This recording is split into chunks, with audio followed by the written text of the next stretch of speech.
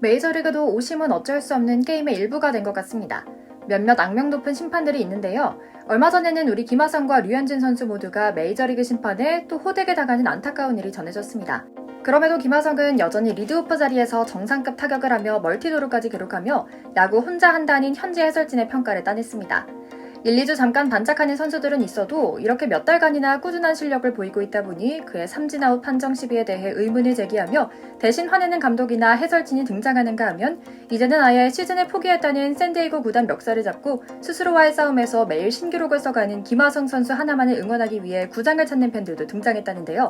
오늘은 김하성 선수가 또 어떤 오심에 당했는지, 그리고 샌디에이고 구단에서 제안을 7년 3억 달러의 재계약 제안을 받는 것이 과연 그의 커리어에 도움이 될 것인지에 대한 이야기 이모저모를 구체적인 연봉 숫자와 함께 전해드리려고 합니다.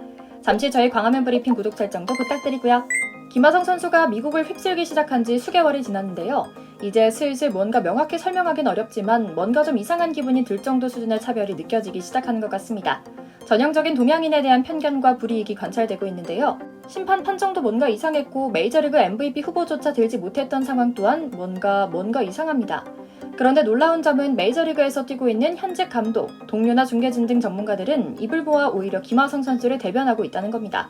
석연찮은 판정에 대해 그 누구보다 목소리를 높여 이의를 제기하고 자발적으로 언론과 인터뷰하며 처음부터 잘못됐다라고 목소리 높이고 있으니 말입니다.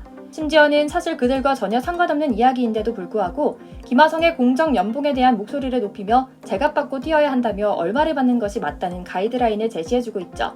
이제 김하성은 매 경기마다 한국인 메이저리거의 새로운 역사를 창조하고 있습니다. 97년 우리 가슴을 뜨겁게 했던 체인지업 찬호박은 물론이고 추신수의 대기록도 이미 한참 뒤에 있는 수준인데요. 이제 어썸킴 김하성은 30도루 고지를 정복한 데 이어 팀의 붙박이 리드오프 자리를 꿰찬 것은 물론이고 사상 최대 연봉을 제안받을 것이라는 소문이 장안에 파다한 상황이죠. 바로 어제 일어난 일입니다. 샌프란시스코 자이언츠와의 홈경기에서 이번에도 1번 타자 2루수로 선발 출전한 김하성은 1회 말부터 선두 타자로 등장해 2루 도루에 성공합니다. 볼 카운트가 2스트라이크로 몰렸지만 4구째 들어온 코베 94마일 싱커를 때려 오전 안타를 터뜨린 이후 이뤄진 시즌 30호 도루였죠. 하지만 안타깝게도 득점은 없었습니다. 이번에도 타티스 주니어의 유격수 땅볼 때 3루를 향하던 김하성이 태그아웃을 당하고 말았던 겁니다. 그런데 2회에서 석연찮은 주심 판정이 이뤄집니다. 샌디에이고는 2회 초 선두 타자 베일리를 헛스윙 삼진아웃으로 잡는 등 3자 번트로 간단하게 이닝을 끝내고 2회 말이 시작됐는데요.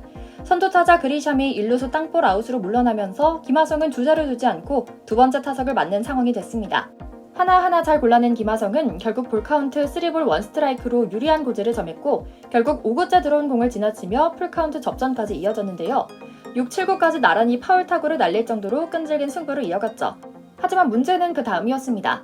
컵은 8구째 94마일 싱커를 던졌는데요. 스트라이크 바깥쪽으로 빠진 겁니다. 하지만 라이언 윌스 구심은 스트라이크를 선언해 삼진아웃으로 물러나야만 했죠. 그런데 이게 끝이 아니었습니다. 같은 경기 7회에 또 아쉬운 판정에 당하고 만 겁니다. 7회 말 선두타자 그리샴이 좌익수 뜬공으로 아웃되면서 김하성은 1사 주자 없을 때 다시 타석을 맡았는데요. 윈이 던진 초구 87마일 슬라이더가 스트라이크 존 바깥쪽으로 빠진 것처럼 보였으나 윌스 구심은 다시 스트라이크를 선언한 것이죠. 2구째 볼을 고른 뒤 3구째 파울 타구를 쳤지만 결국 4구째 97마일 포심 페스티벌의 파울팁 삼진아웃을 당해 소득 없이 물러나고 말았고요. 그런데 진짜 문제는 이런 일이 김하성에게 유독 잦다는 겁니다. 특히 경기 중 당황스러운 판정이 나와 경기가 끝난 뒤 MLB 공식 홈페이지 기록을 보면 명백히 스트라이크 존 밖에 꽂혀있는 공이 그려져 있는 걸 봐야만 하는 일이 한두 번이 아닌데요. 당장 얼마 전 이치로의 아시아 메이저리그 멀티출루 기록을 깨려던 김하성의 시도도 악명 높은 덕 에딩스 주심의 판정으로 물거품이 나버린 경우도 있었죠. 당시 이치로의 홈팀 시애틀 홈구장에서 치러진 경기는 긴장의 연속이었습니다. 0대1로 뒤진 6회 2사 주자 없는 상황에서 타석에 들어섰는데요. 승부사 김하성도 일단 출루만 하면 뒤은 타티스, 소토, 마차도처럼 한 방을 노릴 수 있는 선수들이 잘 받쳐줄 것임을 알고 있었습니다. 집중력을 발휘하며 수에 넘어가지 않았고 끈질기게 버티며 길버트의 실투를 유도하고 있었죠. 보고 있는 내내 손에 땀이 쥐어졌는데요. 샌디에이고 중계진 또한 극찬의 연속이었습니다. 리드오프 선수라면 저렇게 배틀을 할 수 있는 선수여야 한다. 역시 김하성이다. 내내 침착하던 투수가 조금씩 흔들리기 시작했다라며 기대감을 증폭시켰죠. 그런데 웬걸 7구가 이상하게 카운트됐습니다. 투볼 투스트라이크에서 길버트의 스플리터가 김하성의 몸쪽 가까이 떨어졌는데요. 방송사와 메이저리그 공식 홈페이지에서 제공하는 이 그래픽 자료를 체크해도 모두 좀 바깥에 떨어진 공이었습니다.